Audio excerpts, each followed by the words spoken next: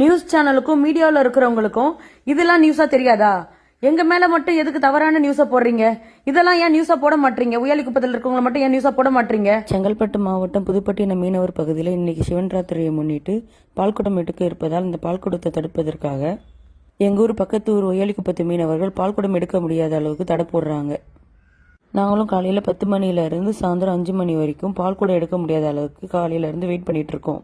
பால்குடத்தை எடுத்துட்டு போனவங்களையும் பால்குடத்தை எடுக்க முடியாத அளவுக்கு அந்த ஏரியாவில் வந்து எங்க ஏரியாவுக்கு வந்து இந்த சாமிக்கு பால் அபிஷேகம் பண்ண முடியாத அளவுக்கு பால்குடத்தை புடுங்கி கீழே ஊற்றி எங்ககிட்ட பிரச்சனை பண்ணிட்டு இருக்காங்க.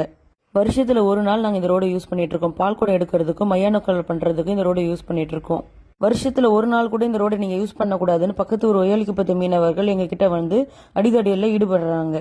நாங்க பால்குடம் எடுக்க போன இடத்துலயும் எங்களை பால்குடம் எடுக்க